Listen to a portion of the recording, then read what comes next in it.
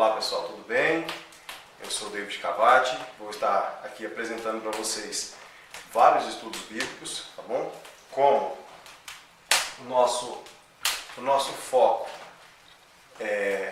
essa data que está chegando é o Natal, nós vamos falar sobre o Natal e o nascimento de Jesus, tá bom?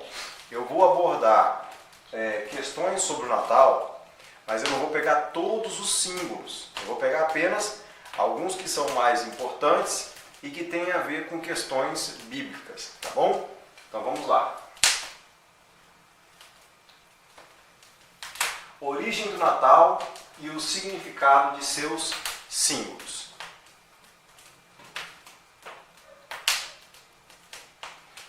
Observação importante. É importante lembrar que na Bíblia não há um único versículo que seja ordenando a comemoração do nascimento do Messias. Nem os apóstolos tampouco comemoraram ou ensinaram tal celebração. O que Cristo ordenou e os apóstolos ensinaram foi a celebração da morte e sacrifício de Jesus na cruz por meio de uma cerimônia conhecida por Ceia do Senhor. Então, antes de eu entrar aqui na questão das origens do Natal, esses barulhos que vocês estão escutando aí, é aqui a lareira que a gente está usando, que está um pouquinho frio, tá bom? A questão antes de eu falar da origem do Natal e os símbolos, eu quero deixar claro para vocês, isso aqui não é para fazer uma crítica, dizer quem é mais santo ou menos santo, quem é que faz do jeito correto ou não. Eu vou apenas mostrar aqui o contexto histórico, cultural e bíblico acerca dessa festa, tá bom? Porém, na Bíblia, nenhum discípulo, nenhum apóstolo, nem Jesus ordenou que fosse feito a comemoração do nascimento do Messias, tá bom? Mas nós vemos a ordenança de se comemorar o sacrifício de Jesus na cruz, que é conhecido por alguns como Ceia do Senhor e por outros Santa Ceia, tá bom? Eu vou fazer depois um outro vídeo sobre isso aqui, tá? Sobre qual foi o dia que Jesus morreu. Eu vou fazer um outro vídeo sobre isso.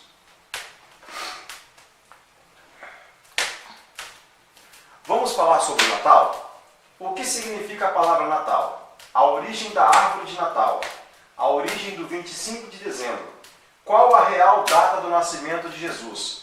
O que um servo de Jesus pode fazer nessa data? Então, eu vou dividir em duas partes, porque o vídeo vai ficar um pouco longo.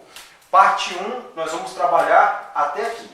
Tá? O que significa a palavra Natal, qual a origem da árvore de Natal e a origem do 25 de dezembro. Eu peguei os principais símbolos que a gente pode ter um contexto cultural, contexto histórico e também versões da Bíblia para poder falar sobre isso, tá bom? Depois nós vamos falar o outro num vídeo parte 2.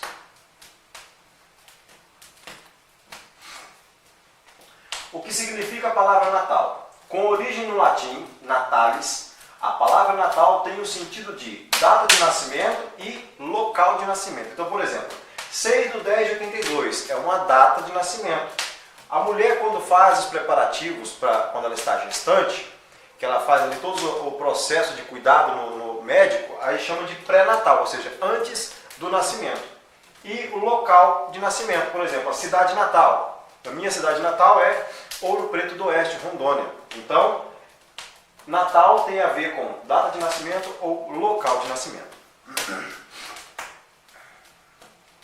Como surgiu a árvore de Natal? Pessoal, eu estou tentando fazer o mais rápido que os slides, porque o conteúdo está um pouco extenso e eu não quero que o vídeo fique tão longo, enfadonho, tá bom? Então, se de repente eu passar muito rápido no slide, faça o seguinte, dá pause e pesquise na Bíblia aí se o conteúdo confere com aquilo que eu estou falando, porque às vezes também eu posso ter digitado alguma coisa errada na hora de preparar o material, porque a gente não é perfeito e pode acabar cometendo erros. Então, se não houver aqui o versículo, tiver só a passagem, né, dá um pause no vídeo e pesquise você mesmo aí na Bíblia com mais calma, tá bom? Aqui em Jeremias faz a fala do ato de pegar árvores, cortar e produzir estátuas que vão servir para moldar representação de divindades de seitas pagãs, tá bom? Então, assim, não é possível utilizar Jeremias para refutar a árvore de Natal, porque isso é um anacronismo. O que é um anacronismo? Eu nasci depois da década de 80. Se aparecer alguém, por exemplo, aqui me cobrando uma dívida da década de 70, eu vou dizer, como posso ter uma dívida da década de 70 se eu nasci depois da década de 80? Isso é um anacronismo. Então, quando Jeremias fala aqui sobre o corte de árvores para a produção de ídolos e culto a seitas, aqui não existia o Natal como a gente conhece hoje. Então, ele não tem o contexto de refutar a árvore de Natal, tá? Mas o que acontecia aqui? Ele está refutando, ele está exortando pessoas que cortavam árvores, construíam estátuas que iam representar certos deuses de seitas pagãs, e depois essas pessoas banhavam essas estátuas com prata ou com ouro e prestavam culto a esses deuses. Ele está aqui exortando a idolatria, e não tem nada a ver com árvore de Natal, tá bom? O Salmo 115, do versículo 4 ao versículo 8, trata do mesmo assunto, depois você pesquisa com calma lá, tá ok? Alguns artigos apontam que Martinho Lutero foi quem introduziu o uso da árvore de Natal. Isso aqui já muitos anos depois, e vocês vão ver que houve um processo de sincretismo religioso. Se você não sabe o que é sincretismo religioso, é quando eu pego a cultura de uma outra religião, ou os deuses de uma outra religião, e trago para a minha religião, só mudo de nome. E vocês vão ver que há muito isso no mundo hoje, tá? Então, até chegar aqui o ponto de Martinho Lutero introduzir a árvore de Natal como um símbolo da festa cristã, houve um processo muito longo. Mas há alguns artigos, alguns estudiosos, que defendem que o primeiro a introduzir a árvore de Natal como um símbolo de festa cristã foi Martinho Lutero.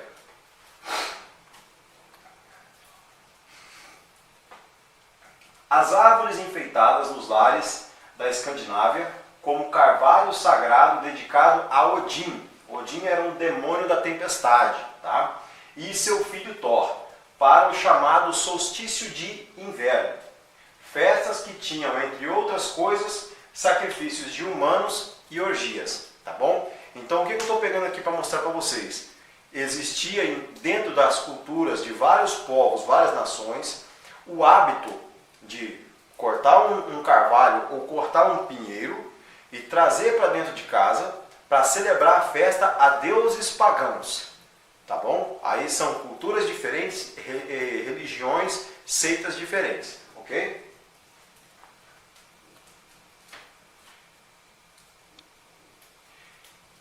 No Egito também era comum trazer ramos verdes para a celebração do solstício de inverno. Os druidas celtas também enfeitavam carvalhos com maçãs douradas. Volta um slide lá, que eu acho que passou 2. É provável que o sincretismo tenha sido introduzido no século VIII, a partir da tentativa fracassada de um monge beneditino, São Bonifácio, ao atribuir o triângulo formado pela árvore à Santíssima Trindade. Então, o que São Bonifácio tentou fazer? Ele tentou combater o hábito de pegar as árvores e dedicar a festa dessas árvores a deuses daquela época. Tá? Para cada religião, para cada cultura, tinha um deus pagão que eles prestavam homenagem e enfeitavam árvores para poder prestar homenagem a esses deuses. São Bonifácio tenta combater, dizendo, olha, isso é idolatria, não façam isso. Como ele não conseguiu êxito naquele local que ele tendia a fazer, ele então cria uma estratégia de dizer que o triângulo formado, pelo pinheiro, simbolizava a Trindade, ou seja, Pai, Filho e Espírito Santo. É provável, tá bom, que a partir do século VIII, por meio de São Bonifácio, tenha começado esse sincretismo religioso entre o hábito da árvore e uma ligação entre o cristianismo, tá bom? Os romanos também tinham por cultura religiosa adornar árvores em adoração a Saturno. Como eu disse, sincretismo religioso, um deus na Grécia, um deus em Roma, um deus no Egito, eles tinham nomes diferentes, mas quando você analisa a história deles é muito parecida, porque se tratavam dos mesmos deuses, apenas com nome diferente. A gente vai estar vendo isso um pouquinho mais adiante. Pode passar. Aqui fechando aqui, eu já falei desse slide, mas ficou a parte aqui por último. Como saber que tudo à nossa volta é de origem puritana? Por que eu estou perguntando isso? Como você pode ter certeza quando você fala assim, eu não trago árvore de Natal para dentro da minha casa porque isso é paganismo. Eu sigo as coisas da Bíblia do jeito correto. Mas como você pode garantir que tudo dentro da sua casa é de origem puritana? Ou seja, você sabe de onde que veio as calças que você está usando, ou o vestido, ou os sapatos, ou os calçados, os acessórios que você usa? Quem garante que a indústria, a empresa que produz a roupa que você está vestindo, não é o dono não seja um pagão e parte do que ele produz é dedicado a um Deus? Como você pode ter certeza que tudo que você tem dentro da sua casa não é de origem pagã? Por exemplo, os dias da semana, você sabe o significado dos dias da semana? Você sabe de onde que surgiu a origem dos dias da semana? Você sabe o que significa o nome janeiro? O que significa o nome fevereiro? O nome maio? Você sabe o que significa os nomes das estações do ano?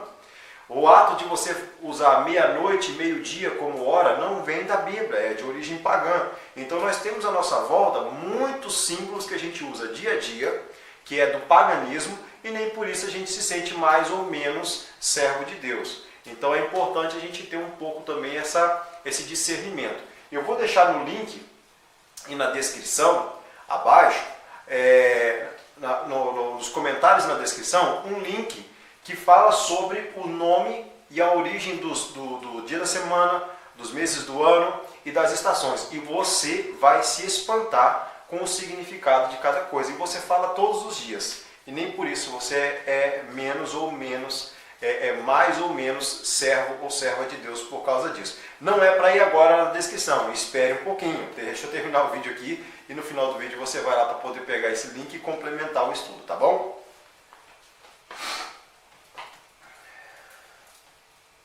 Volta um pouquinho, acho que está pulando.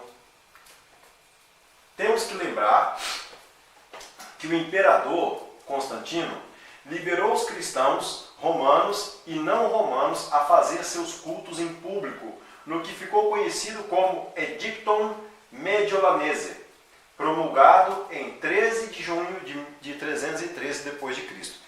Por que eu estou fazendo essa introdução aqui? Os cristãos estavam sendo fortemente perseguidos na época que Roma dominava o planeta. Tá? O Império Romano dominava tudo. Porém, quanto mais Constantino batia e perseguia o povo, mais eles cresciam.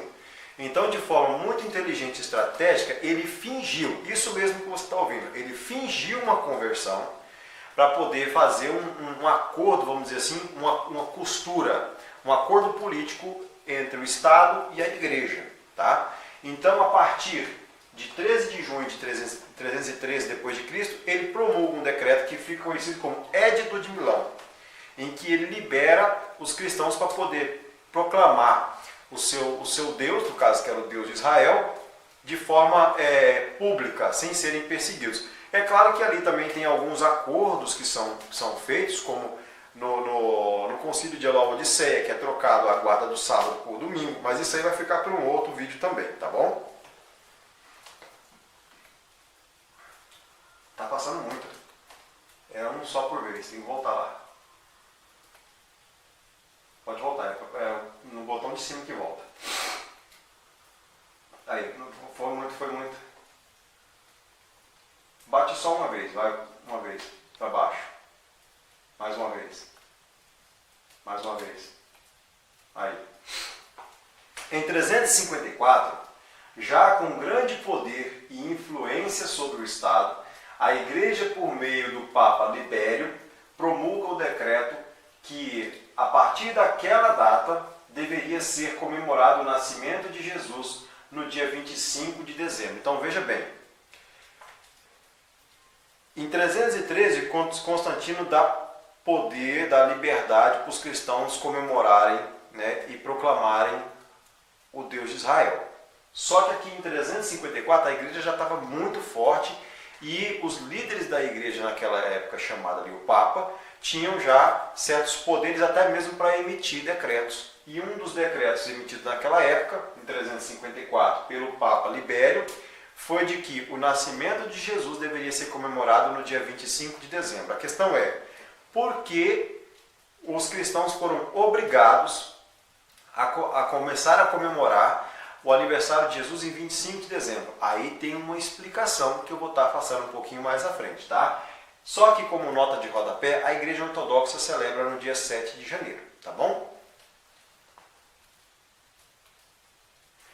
Portanto, fica claro que essa data nada tem a ver com o calendário bíblico, ou mesmo o próprio dia do nascimento do Messias, mas uma tática utilizada para abafar uma festa pagã dessa época que tinha como principal objetivo comemorar o aniversário do Deus Sol.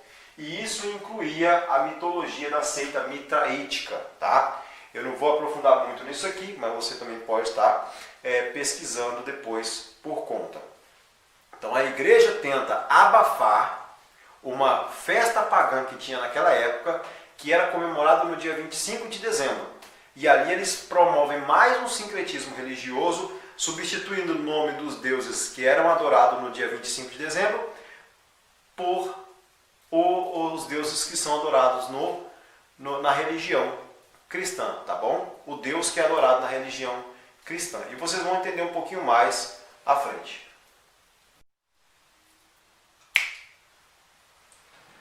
Ok? Então vamos agora para o próximo slide.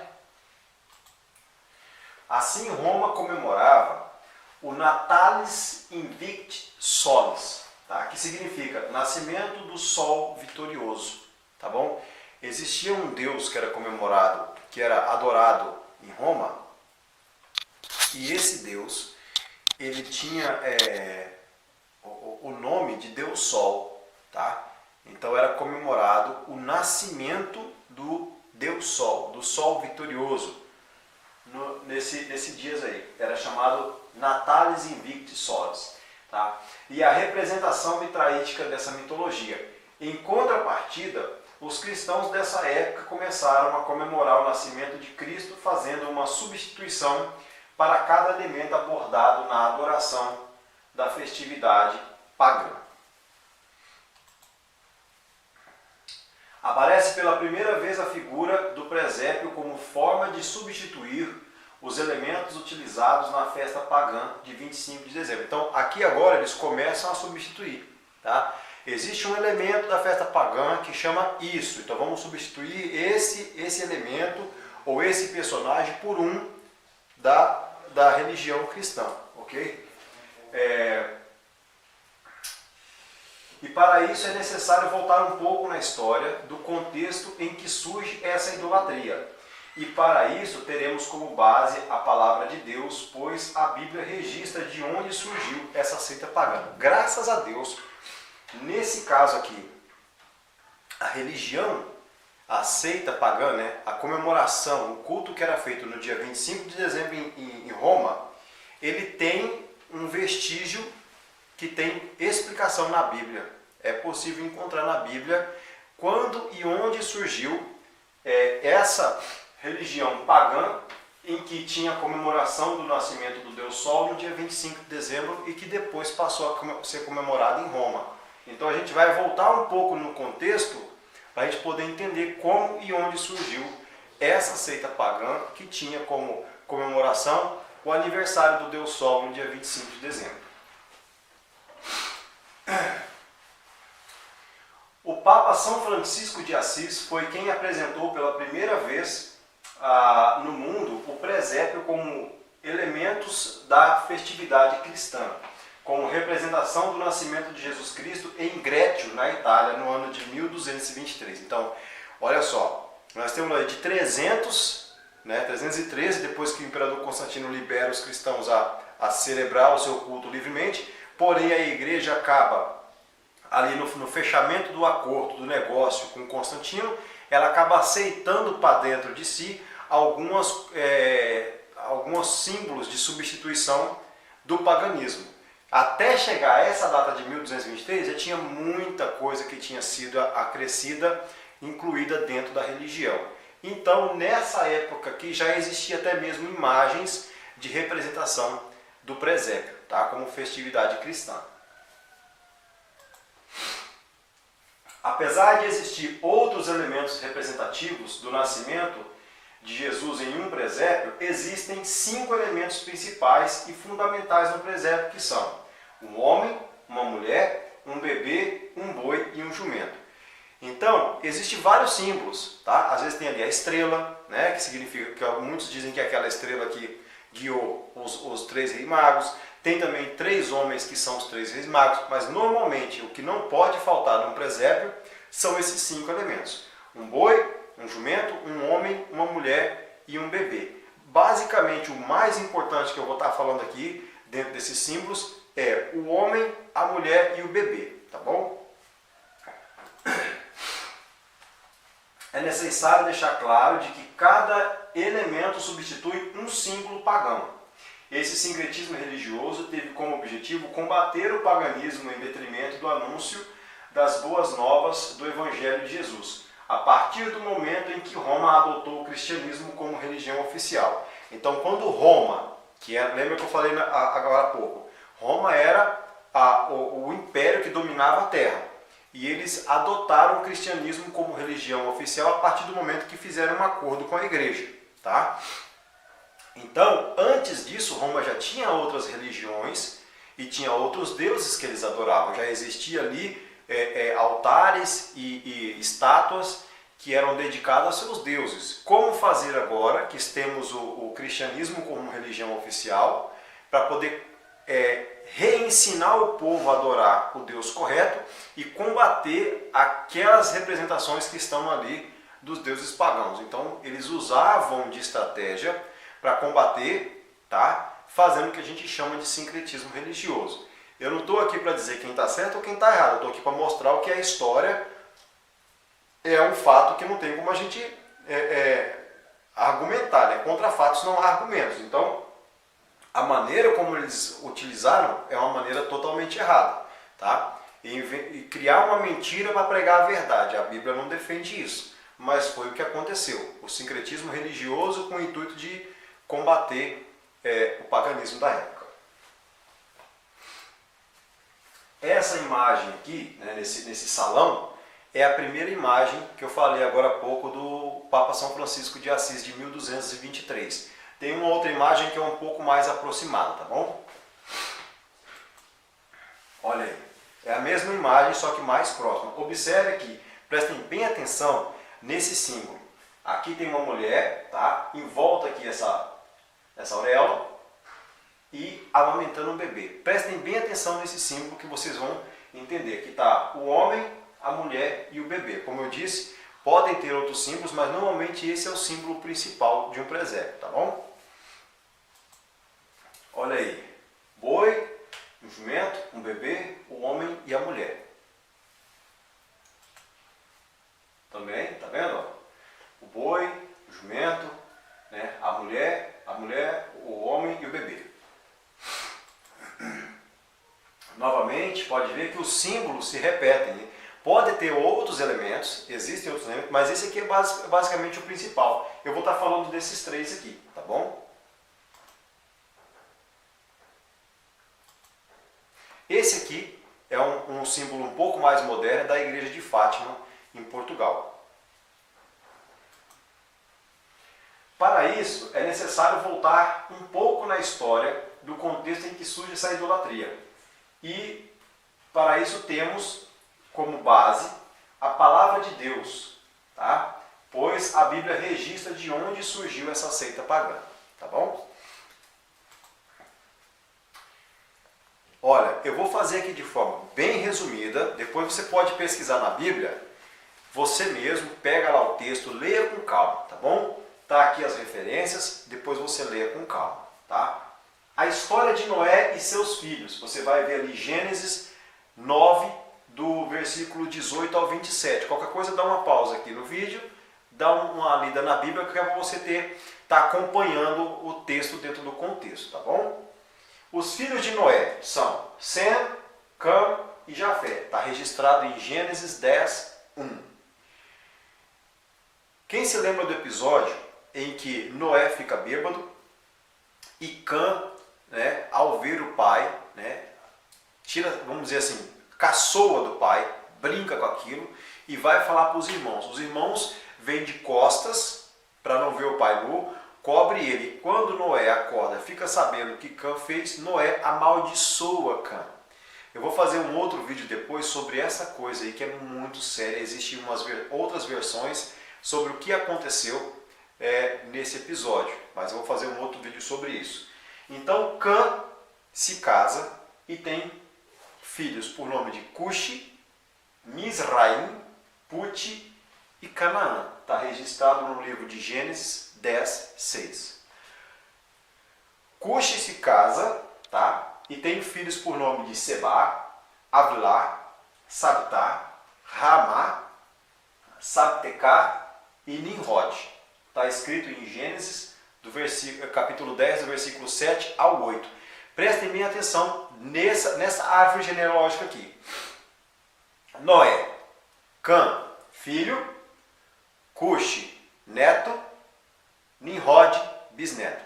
Nimrod, bisneto de Noé. Prestem bem atenção nesse nome, Nimrod. Era o bisneto de Noé. Nimrod significa que se rebelou ou que desertou, tá bom? Foi o fundador da cidade de Babel, tá? Foi ele que fundou a cidade de Babel.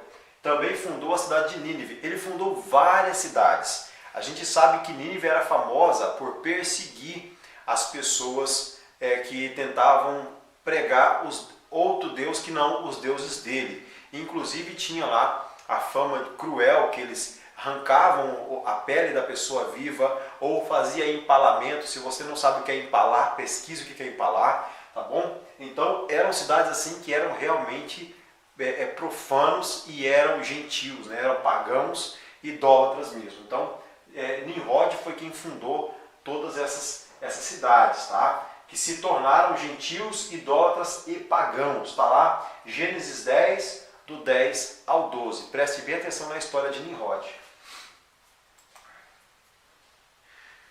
Olha o que Flávio Josefo, tá? Um grande historiador, ele é um nome muito respeitado no mundo acadêmico teológico. O que Flávio Josefo falou desse homem, tá? De Nimrod? Pouco a pouco transformou o estado de coisas numa tirania, sustentando que a única maneira de afastar os homens do temor a Deus era fazê-los continuamente dependentes de seu próprio poder. Ele ameaçou vingar-se de Deus se este quisesse novamente inundar a terra, porque construiria uma torre mais alta do que poderia ser atingida pela água e vingaria a destruição dos seus antepassados. O povo estava ansioso de seguir este conselho, achando ser escravidão submeter-se a Deus, de modo que empreenderam a construir a torre, e ela subiu com rapidez, além de todas as expectativas. Aqui fala da construção da Torre de Babel. Veja, Nimrod se rebelou de tal maneira contra Deus que ele tenta construir a famosa Torre de Babel para se vingar do próprio Deus, e não apenas se afasta de Deus, como convence o povo que estava vivendo em sua cidade a também se rebelar contra Deus. Nimrod, ou em algumas versões aparece Nimrod, tá? Filho de Cuxi com Semíramis. Cuxi se casou com uma mulher chamada Semíramis. Grava bem esse nome, Semíramis, tá bom? E bisneto de Noé, se intitula Deus. Nimrod, quando passa a tomar o poder, né, ele se auto-intitula Deus. Ele é o primeiro líder a se intitular um Deus, tá? Nimrod se intitula Deus e obriga todos a adorá-lo como Deus Sol. Tá? Quando ele se intitula Deus, as pessoas indagam a ele: que tipo de Deus que você é? Fala: eu sou a luz do mundo, eu sou aquele que vai brilhar sobre tudo. Não há nenhum outro poder mais brilhante que o meu. Eu sou o Deus Sol. Então ele obriga as pessoas a adorá-lo como Deus Sol. Nimrod toma a própria mãe por esposa e esta recebe o título de deusa Lua. Então, quando Cuxi morre, Nimrod casa com a própria mãe, toma a mãe por esposa e tem relações sexuais com ela. Então, se ele é o Deus Sol, agora a mãe e esposa passa a ser chamada de deusa Lua. Nimrod morre e sua mãe Semíramis, agora sua esposa, tem um filho por nome Tamuz. Gravem bem esse nome. Nimrod, Semíramis, Tamuz. Semíramis espalha a crença de que o Deus Sol havia engravidado ela. Por que acontece isso? Porque Nimrod morre e depois que ele morre, ela aparece grávida. Então, para que não caísse em desgraça, ela passa a inventar de que Nimrod, mesmo depois de morto, teria engravidado ela. Porque ele era o Deus Sol, então ele a engravida. E ela dá à luz a Tamuz. Tamuz morre atacado por um animal selvagem. Tá? E sua mãe Semíramis espalha outra crença de que Tamuz não havia morrido, mas havia voltado para o Sol. Então ela explica que Tamuz era filho de Deus Sol e ele era também um Deus como pai. Então ele não havia morrido, ele simplesmente havia voltado para o seu lugar de origem, que era o Sol, porque ele era o Deus Sol. Como o Sol não morre, ele também não havia morrido. Ela espalha essa crença de que Tamuz não havia morrido, mas ele tinha voltado para o Sol, porque ele era o Deus Sol também. Agora existia uma cerimônia de adoração ao Deus Sol, ao filho do Deus Sol e sua mãe, deusa Lua. Essa cerimônia pagã era comemorada no dia 25 de dezembro e as mulheres jejuavam e choravam por Tamuz. Prestem bem atenção, quando Tamuz morreu, ele morreu no dia 25 de dezembro. Tá? E a sua mãe inventa de que ele não havia morrido, mas que ele havia nascido novamente no Sol, voltado para o Sol. Então, a partir dessa data, ela obriga todos os moradores a adorarem o renascimento do Deus Sol no dia 25 de dezembro, que era o filho Tamuz, tá bom? Inclusive, há algumas versões que dizem que ela falava que o Deus Sol, Nimrod, e o Deus Sol, Tamuz, se uniram e tornaram-se um só, tá bom? Então agora elas começam a adorar, todo dia 25 de dezembro, esse renascimento do Deus Sol, ok? E a Bíblia tem registrado isso, olha só.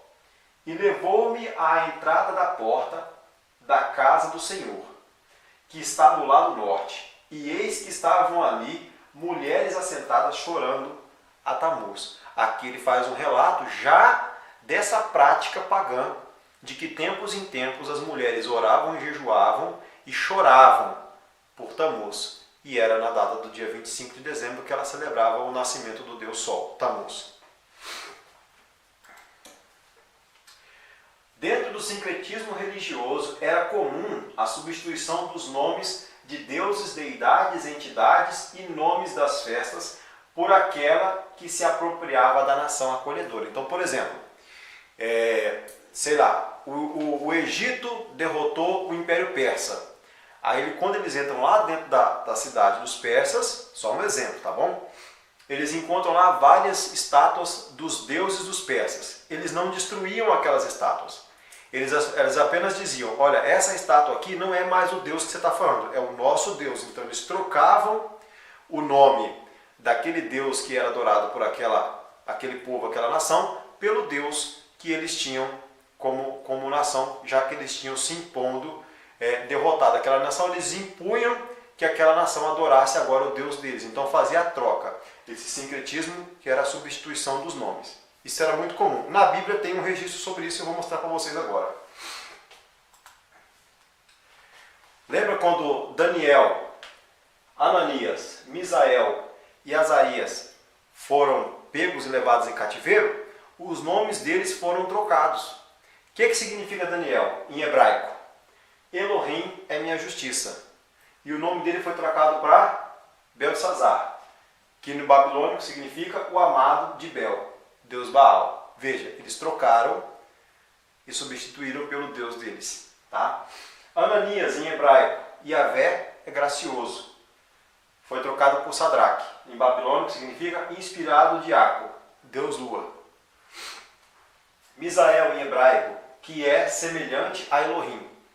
Foi trocado para Mesaque, que significa que é semelhante a Iaco, Deus Lua.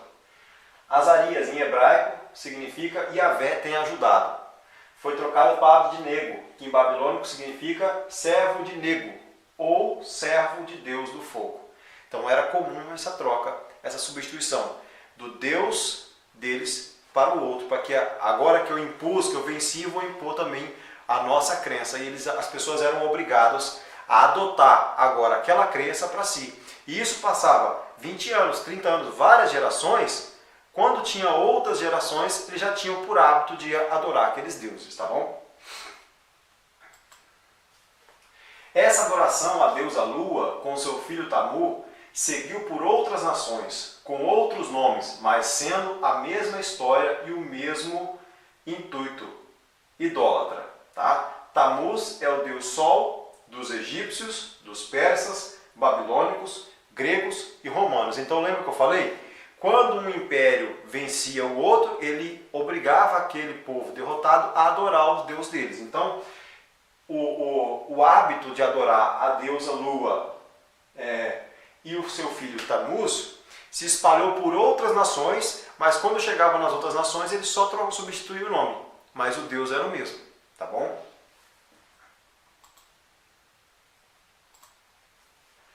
Aqui a imagem está ruim, mas vai aparecer outra melhor, tá? Essa aqui é uma imagem de Nimrod, Semíramis e Tamuz. Na Fenícia, Nimrod, Semíramis e Tamuz aparece como Baal-Zebu, Astarote e Moloque. É o mesmo, só muda o nome. Na Síria, aparece como Istar ou Inanã. A história desses deuses é a mesma, só muda o nome. No Egito, Nimrod, Semíramis e Tamuz, agora Nimrod é Osíris, Semíramis é Ísis e Tamuz é Horus. O contexto histórico é o mesmo, só muda o nome. Na Grécia, Semíramis, Afrodite, Nimrod é Zeus e Eros é Tamuz. Em Roma, Semíramis é Vênus e Tamuz, Cupido. O contexto histórico é o mesmo. O que muda aqui é apenas o nome dos deuses. Como a gente tem costume de falar, só muda a cor do pelo. O bicho é o mesmo. Semíramis, Nimrod. Observe bem essa imagem, o formato, a anatomia do rosto dessa imagem. Agora aqui, num outro contexto, tá? A mulher amamentando Semíramis, amamentando Tamuz, tá? Na Babilônia, Semíramis amamentando Tamuz. No Egito, mas agora é Ísis amamentando Horus. O mesmo acontece, tá, na Suméria, só que agora o nome é Namu e Enki. Na Ásia, né? Shingmu. Na Índia, Devaki e Krishna. E aí, quando faz o sincretismo religioso agora que Roma oficializa o cristianismo, eles trocam para Maria e Jesus. É um sincretismo, mas o contexto histórico é o mesmo. Olha aqui o rosto de Semíramis na Estátua da Liberdade. Tá vendo aqui? A auréola, olha. Lembra que eu falei lá na imagem atrás, quando foi feita o presépio ali de São Francisco de Assis? Olha. Olha. Olha.